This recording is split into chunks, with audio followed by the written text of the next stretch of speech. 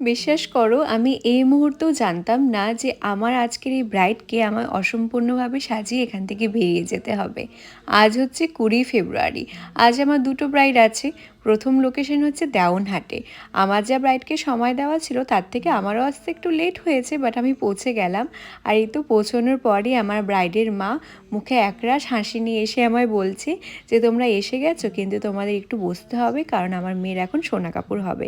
বিশ্বাস করো এটা শোনার পরেই আমার বুকের ভেতরটা একদম ছ্যাত করে উঠলো। ভেতরে এসে দেখি সত্যিই তাই, ছেলের বাড়ির থেকে লোকেরা এসে বসে আছে, এখন সোনা কাপড় হবে। আর আমার ব্রাইড ভেতরে তৈরি হচ্ছে সোনা কাপড়ের জন্যে। আমার এই ব্রাইডকে মেকআপ করতে বসানোর কথা ছিল 1টা নাগাদ, আর এখন বাজে 2টা।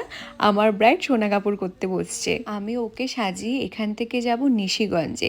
নিশিগঞ্জে যেতেই আমার এখান থেকে লাগবে মোটামুটি 40 মিনিটের মতো। আর নিশিগঞ্জে ব্রাইডকে সময় দেওয়া হচ্ছে 4টার মধ্যে আমি ওখানে ঢুকে যাব।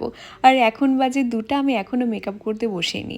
আমি যে কি করে কি সব ম্যানেজ করব সেটা ভেবেই যেন আমার ভয় লাগছে। কিন্তু আমার যতই ভয় লাগুক না কেন, আমি একটা জিনিস মেনে চলি, এই বিয়ের দিন কোনো কিছুই সময় মতো করা যায় না। সেটা আমি আগেও মানতাম, আর রিসেন্টলি আমার বোনের বিয়ে গেল, তখন আমি ভুক্তভোগী এটার, যে কোনো কিছুই বাড়িতে শত চেষ্টার পরেও সময় মতো করা যায় না।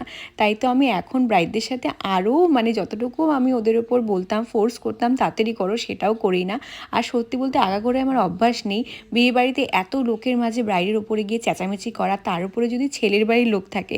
ছেলের বাড়ির লোকের সামনে আমি আজ পর্যন্ত ব্রাইডদেরকে কিছু বলিনি। মনের ভিতর ভয় তো কাজ করছিল ঠিকই, তবুও মুখে হাসি রেখে দাঁড়িয়ে দাঁড়িয়ে ওর প্রত্যেকটা নিয়ম দেখলাম। আর এই তো আমার ব্রাইড সোনা কাপড় করে চলে এসেছে। সে hi to my today's bride. ওর নাম হচ্ছে দিয়া। ওর ফেস এখন ক্লিন করা হচ্ছে, তারপরে ওর মেকআপটা স্টার্ট করা হবে।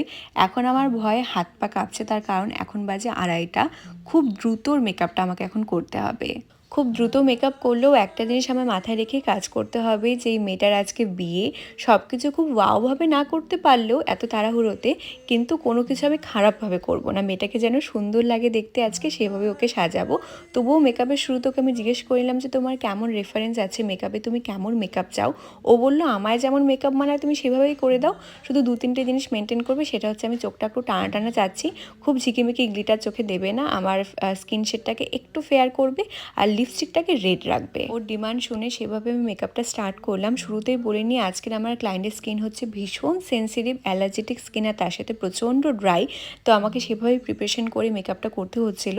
বেস করার পরে আমি লক্ষ্য করি যে স্কিনে ফেশিয়াল হেয়ার আছে, তো সেটাকে আমাকে রিমুভ করতেই হতো।